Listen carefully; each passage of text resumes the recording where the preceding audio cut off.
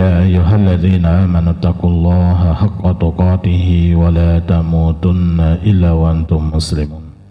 وقال النبي صلى الله عليه وسلم فإن أصدق الحديث كلام الله وخير الهدى هدى النبي محمد صلى الله عليه وسلم وشر الأمور محدثاتها فإن كل محدثة بدعة وكل بدعة ضلالة وكل ضلالة في النار.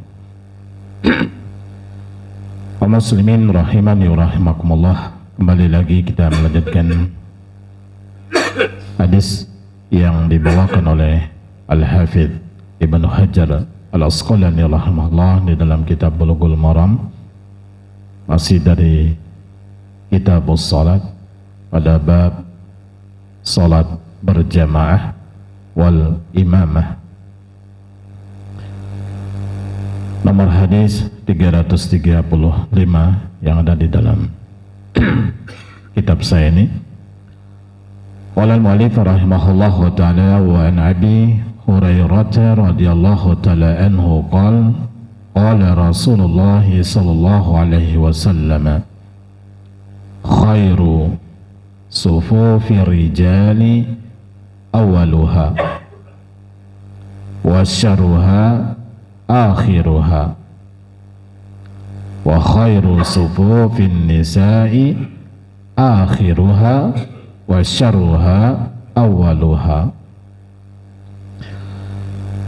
Dari sahabat Abu Hurairah radhiyallahu ta'ala anhu, beliau mengatakan Rasulullah sallallahu alaihi wasallam bersabda,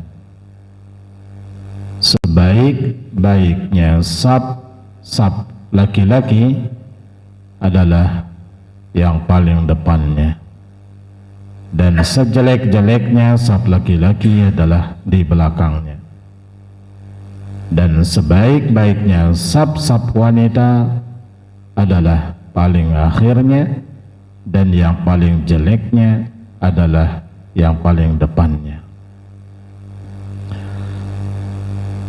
Nah, hadis ini sahih ya, dikeluarkan oleh Imam Muslim. Dan kita langsung ke beberapa faedah dari hadis ini yang disebutkan oleh Syekh Al-Bassam rahimahullah. Di antaranya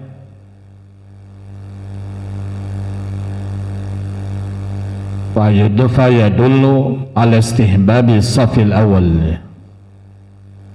Amal hadis, adapun hadis maksudnya hadis Abu Hurairah, fayadullu ala istihbabi as-safil awal. Hadis Abu Hurairah ini menunjukkan disunnahkannya, dianjurkannya saf yang pertama, wa annahu afdalul amkinah. Ini merupakan seabdalnya tempatnya. Wa anna syarras sufuf al-muakhirah atau al-muakhirah, dan sejelek-jeleknya saf yang terakhirnya, al-muakhirah yang terakhirnya. Kenapa? Ada beberapa alasan. Li bu'di al-musalli an sima'il qira'ah. Ini di antara sebabnya karena jauhnya orang yang sholat tadi dari mendengar bacaan, apalagi kalau tidak ada pengeras suara. Kemudian wa bu'dihi min haramil imam, jauhnya dia dari tempatnya imam. Karena yang paling utama adalah yang paling dekat dengan imam. Karena Nabi sallallahu alaihi wasallam pernah menyebutkan, yang di belakangku, kata Nabi sallallahu alaihi wasallam, di antara kalian adalah ulul ahlam wan nuha, orang yang dewasa dan yang berakal dari kalangan orang-orang yang memahami ya hukum-hukum salat,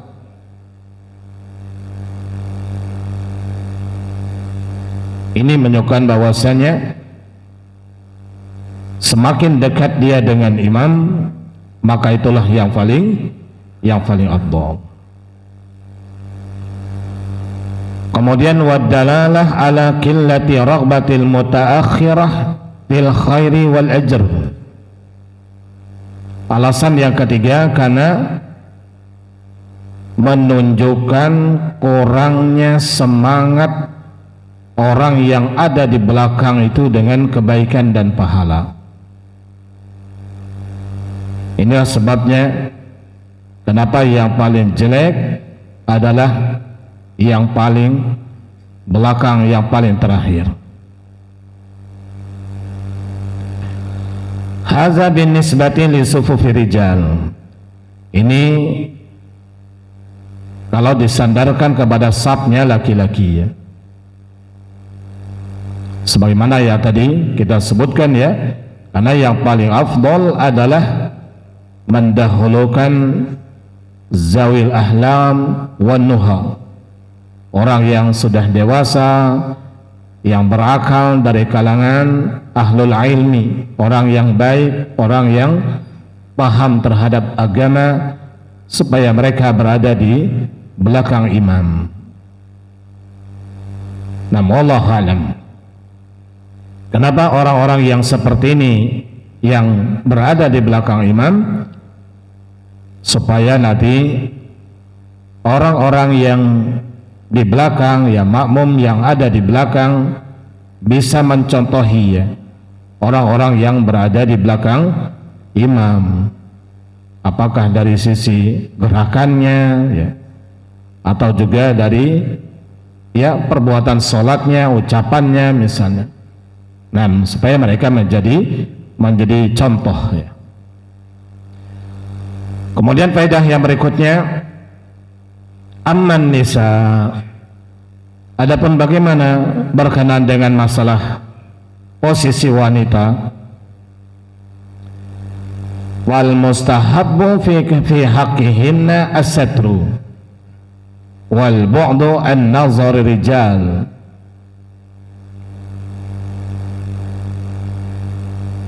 Yang dianjurkan untuk wanita adalah dia tertutup. Ini kaidahnya ya. Dia tertutup, kemudian dia jauh dari pandangannya laki-laki. Fatakunu sufuf al-mutaakhirah fi haqqihinna afdal wa astar.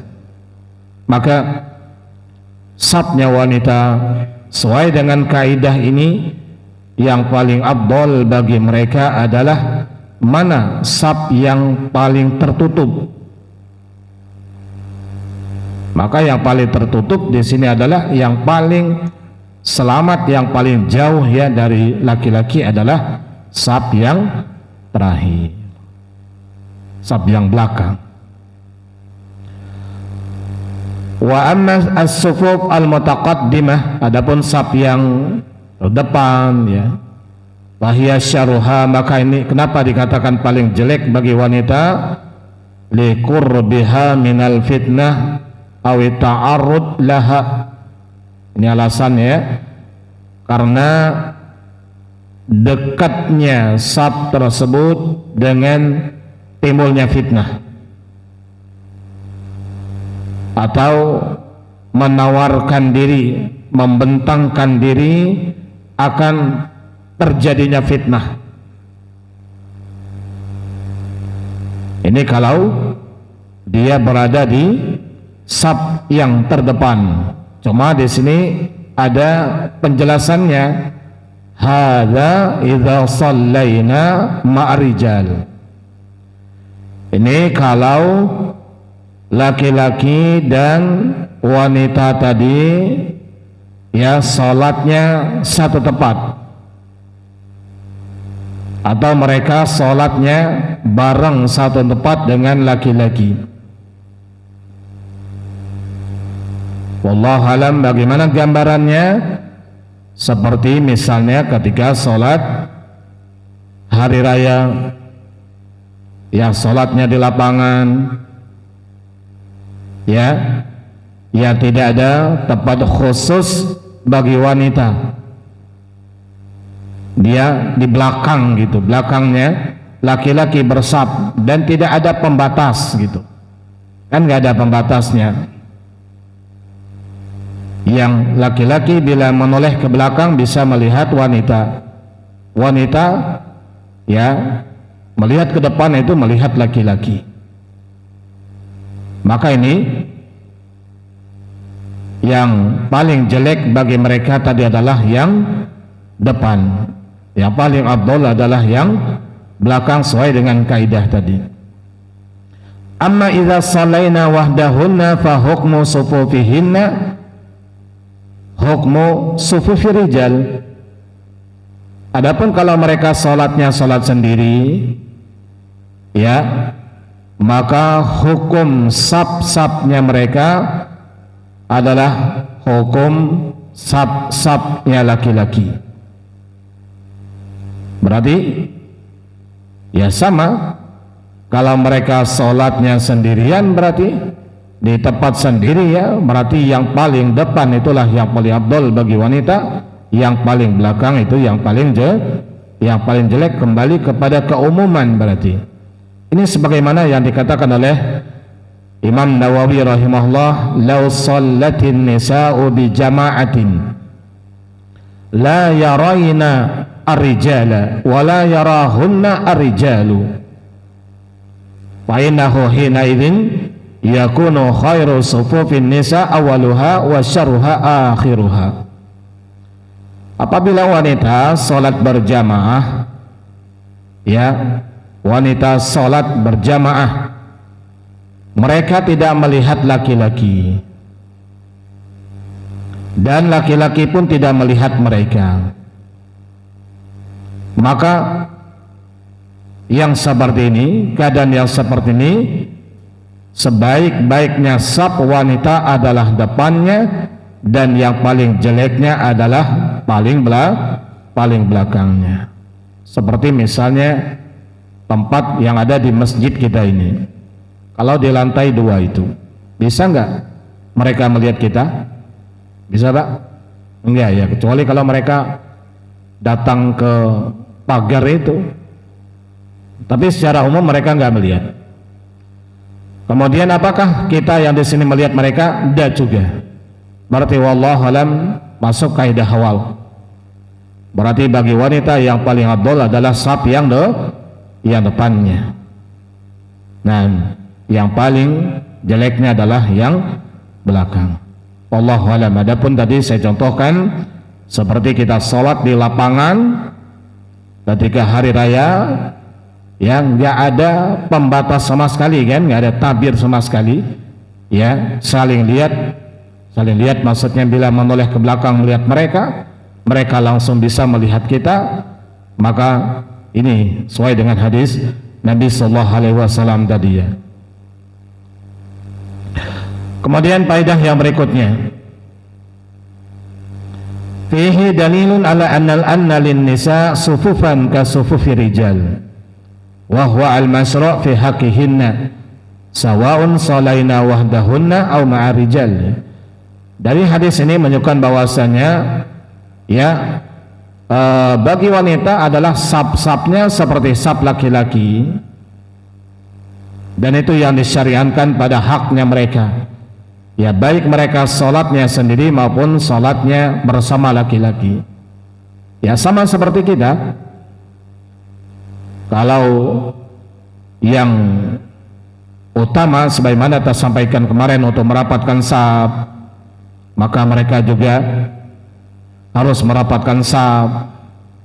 Dikatakan meluruskan, merapatkan adalah bahu ketemu bahu, ya mata kaki ketemu dengan mata kaki, ya sama mereka juga seperti itu.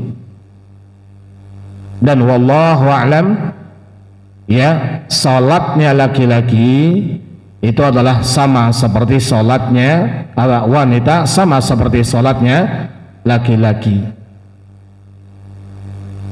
Wallahu a'lam. Jadi tidak ada pengkhususan ya. Tidak ada pengkhususan.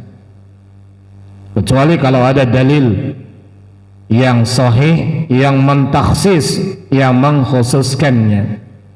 Wallahu a'lam.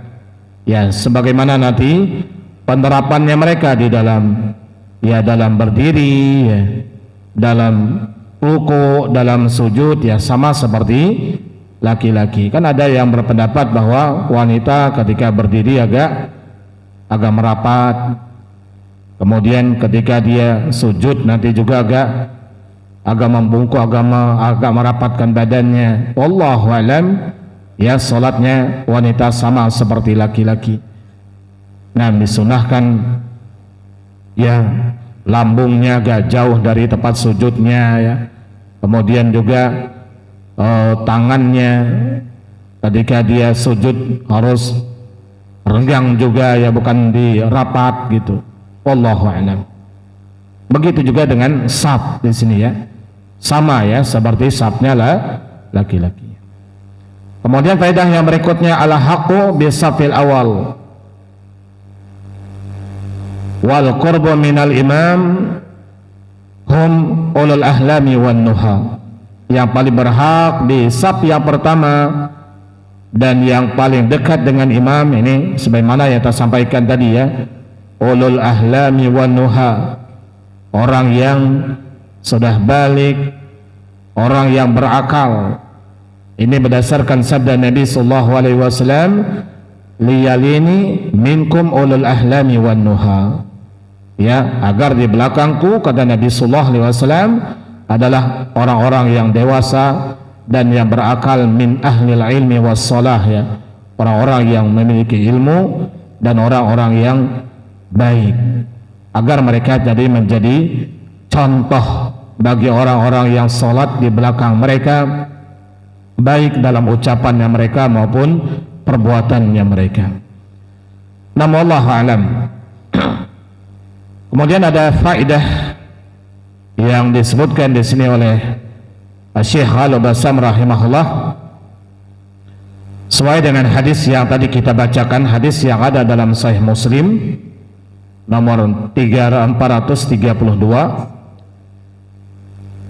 hadis yang bersumber dari sahabat Abdullah bin Mas'ud radhiyallahu taala anhu, yang mana Nabi sallallahu alaihi wasallam tadi bersabda, liyalini minkum ulul ahlami wan nuha, agar yang ada di belakangku, kata Nabi sallallahu alaihi wasallam, di antara kalian adalah orang yang berakal, orang yang dewasa dan berakal tadi.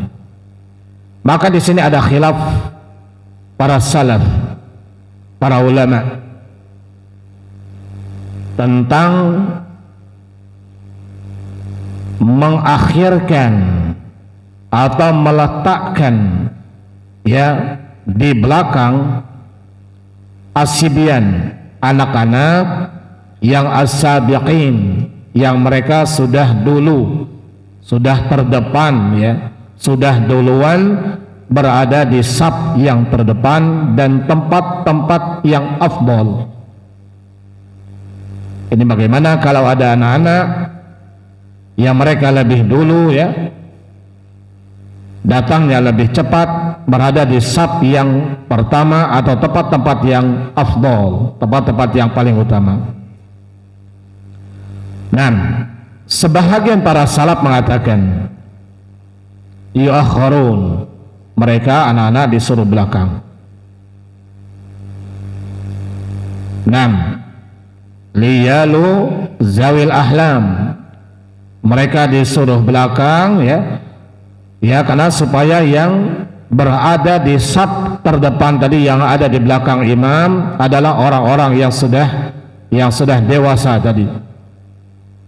Karena inilah hadis-hadis yang tadi kita bacakan, di antaranya hadis Abdullah bin Mas'ud tadi, menunjukkan bahwasanya mendahulukan orang-orang yang berilmu dan orang-orang yang memiliki keutamaan. Ini sesuai dengan sabda Nabi sallallahu alaihi wasallam. Bahkan Umar idza ra'a gulaman fi safi akhrajahu.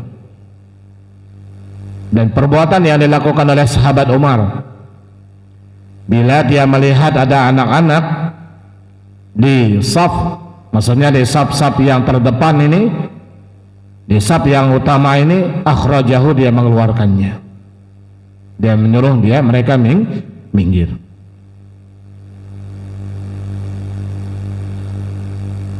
Kemudian dari ulama mazhab Imam Ahmad, wa kariha Ahmadu ayyakuma ma'an nas fil masjidi khalfal imam.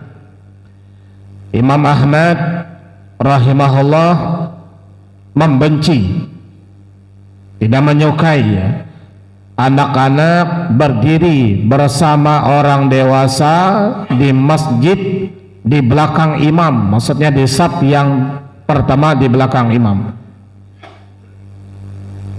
Imam Ahmad membenci perbuatan tersebut.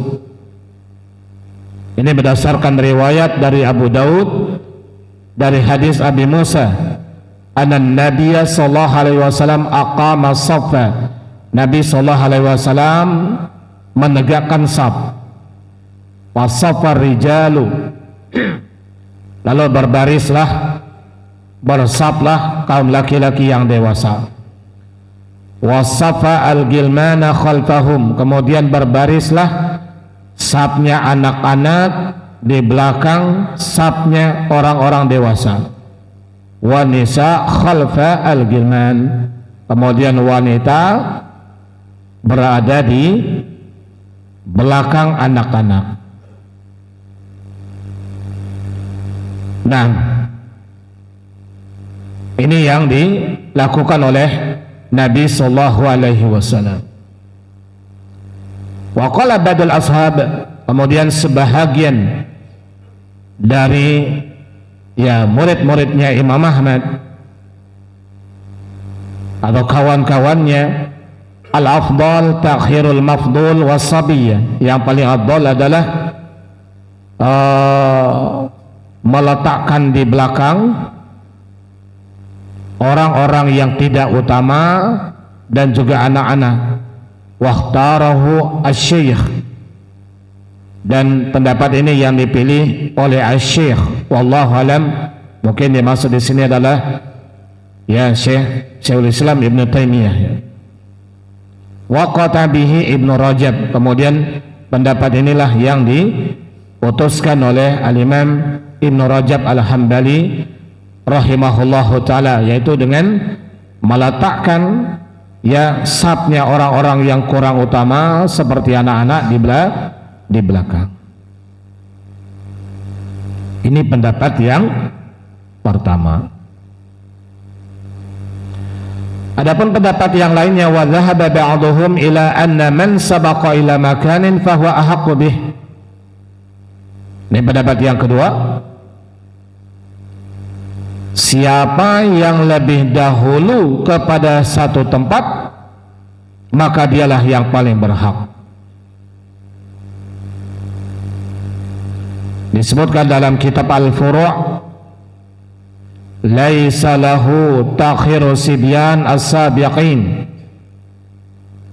Tidak boleh meletakkan di belakang anak-anak yang datang lebih dahulu. Dan inilah pendapat dari mazhab Asy-Syafi'iyah, dan dibenarkan di dalam kitab Al-Insaf, bahwasanya kaidahnya siapa yang paling duluan dalam satu tempat, maka dialah yang paling utamanya, dialah yang paling berhaknya. Wa inna as-sabiyya idza akila al-qurba kal baligh fil jumlah. Anak-anak apabila mereka memahami ibadah, mereka memahami mendekatkan diri kepada Allah, maka mereka seperti orang yang sudah balik secara global. Ulama-ulama ini, pendapat yang kedua dari ulama-ulama Syafi'iyah dan yang lainnya berpendapat bahwasanya nggak boleh mengusir mereka dari tempatnya mereka kalau mereka sudah berada lebih dulu ya, berada di tempat tersebut. Ini berdasarkan dua hadis. Di antaranya, man sabaqa ila makanin fahuwa ahaqqu bih.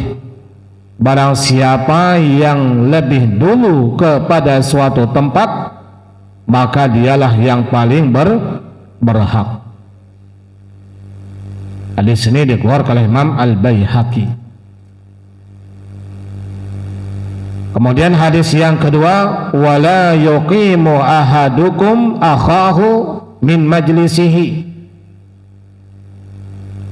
Ya janganlah atau tidak boleh ya salah seorang di antara kalian mengusir saudaranya dari tempat duduknya. Hadis ini sahih dari Imam Bukhari, Imam Muslim. Ya, salah seorang di antara kalian dia tidak boleh mengusir saudaranya dari tempat duduknya. Hadis ini umum. Hadis ini umum. Atau dua hadis ini adalah umum ya. Baik dalam perkara sholat di masjid maupun dalam perkara yang lain nanti. Kalau memang dia yang paling dulu ya, maka dia yang paling berhak dalam masalah apa, misalnya dalam masalah ihyaul mawad, dalam masalah hukum fikih berkenaan dengan masalah muamalah ya. Orang yang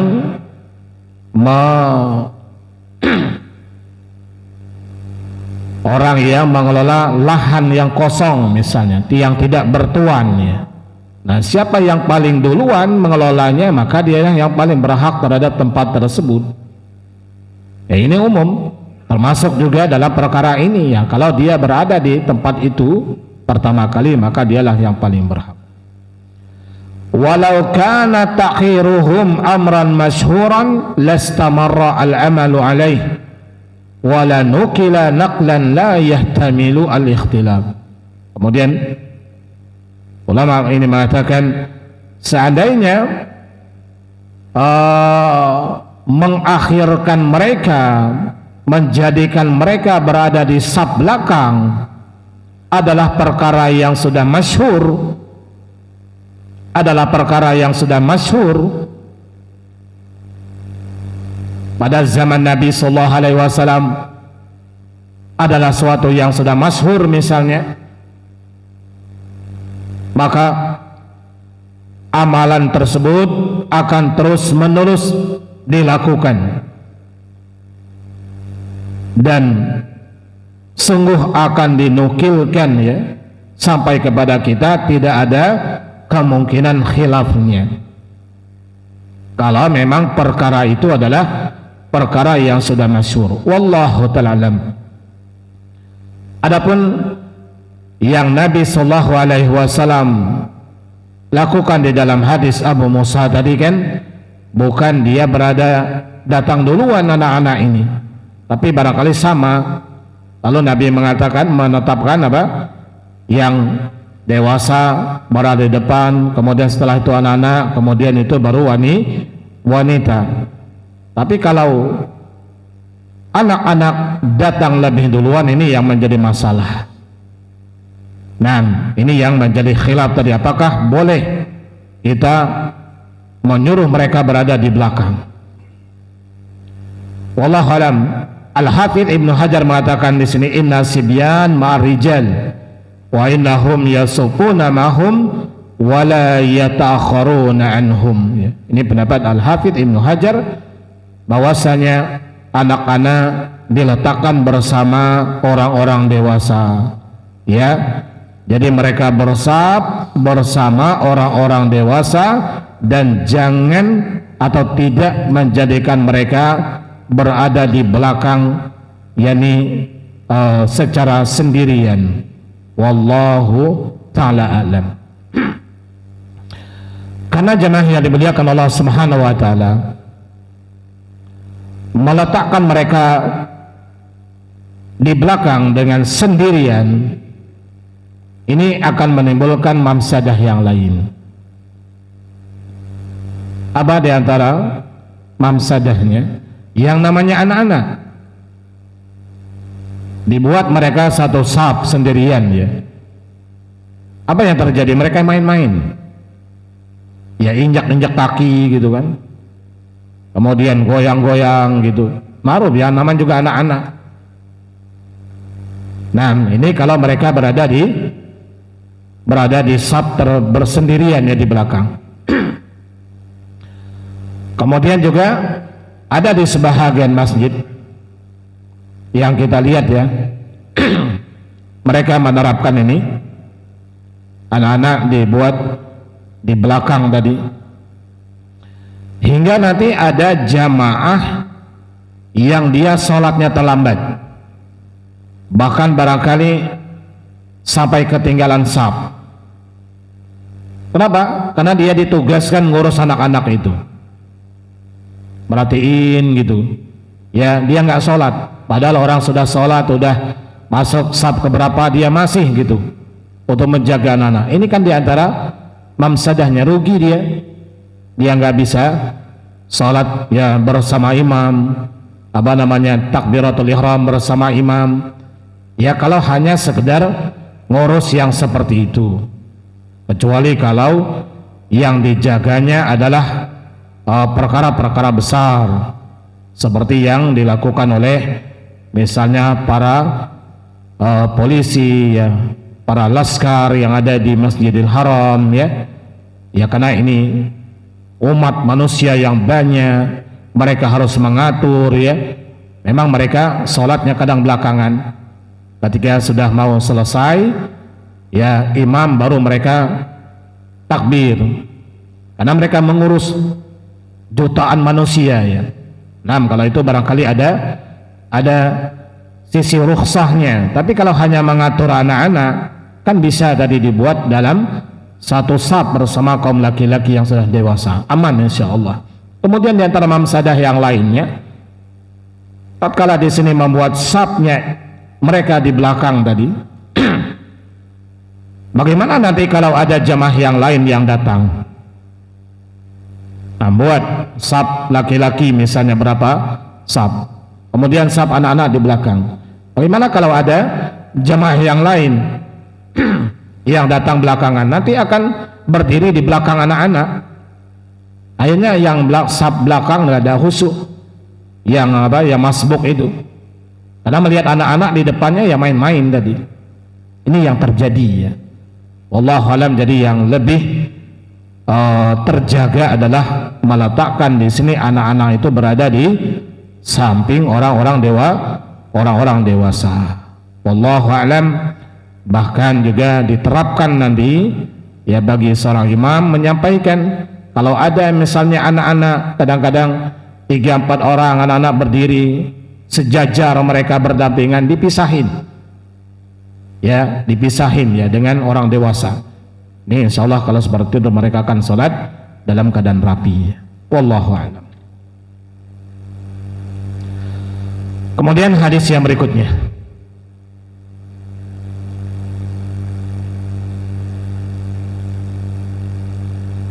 wa an Ibni Abbas radhiyallahu ta'ala anhuma qala shalaitu ma'a Rasulillah sallallahu alaihi wasallam zata lailatin wa kuntu an yasarihi wa akhadha Rasulullah sallallahu alaihi wasallam bi ra'si min wara'i wa ja'alani an yaminih, muttafaqun alaih. Dari Abdullah bin Abbas radhiyallahu taala anhuma, beliau mengatakan, shalaitu ma Rasulillah sallallahu alaihi wasallam zata lailatin, saya salat bersama Rasul sallallahu alaihi wasallam di suatu malam. Wa kuntu an yasarihi. Lalu saya, kata Abdullah bin Abbas, berdiri di sebelah kirinya Nabi sallallahu alaihi wasallam.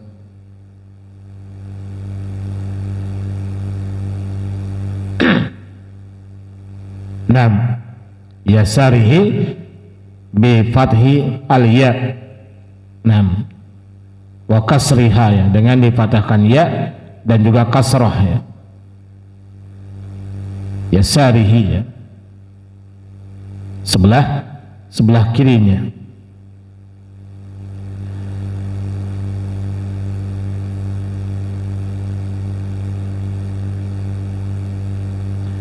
Kemudian fa'akhadha Rasulullah sallallahu alaihi wasallam bi rasi min wara'i. Abdullah bin Abbas menceritakan, lalu Rasulullah sallallahu alaihi wasallam memegang kepala saya dari arah belakang. Nabi sallallahu alaihi wasallam memegang dari arah belakang, ya. Wa ja'alani an yamini. Lalu Nabi sallallahu alaihi wasallam menjadikan saya berada di sebelah kanannya beliau dengan memutarnya dari arah belakang, bukan dari depannya imam tapi dari belakangnya. Muttafaqun alaih. Hadis ini dikeluarkan oleh Imam Bukhari dan Imam Muslim. Nah, jemaah yang dimuliakan Allah Subhanahu wa taala, hadis ini menjelaskan bagaimana sahabat Abdullah bin Abbas radhiyallahu taala anhuma, ini seorang syabab, pemuda, ya, dari kalangan sahabat Nabi sallallahu alaihi wasallam yang sangat semangat untuk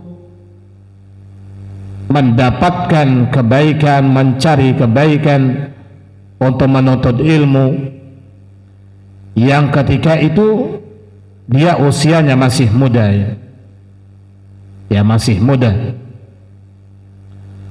namun semangatnya luar biasa, ya, untuk mendapatkan kebaikan, untuk menuntut ilmu dari Rasulullah sallallahu alaihi wasallam, ya, sampai beliau ini bermalam, ya, di rumah bibinya, ya, Maimunah, yang merupakan istri zaujah dari Nabi sallallahu alaihi wasallam.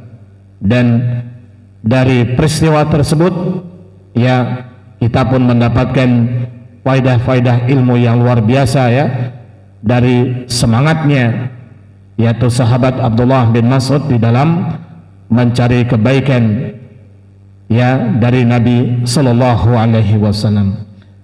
Nah, faidah-faidah dari hadis ini, ya, sangat banyak disebutkan oleh Syekh Al-Bassam rahimahullah. Ada 14 faidah, ya, yang barangkali insyaallah taala akan kita lanjutkan nanti pembahasan ini pada pertemuan kita selanjutnya. Wallahu alam. Ya, mudah-mudahan yang sedikit kita sampaikan ini bermanfaat. Wassallallahu ala Muhammadi wa ala alihi wa sahbihi wasallam.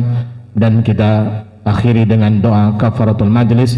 Subhanakallahumma wa bihamdika asyhadu an la ilaha illa anta astaghfiruka wa atubu ilaik. Wassalamualaikum warahmatullahi wabarakatuh.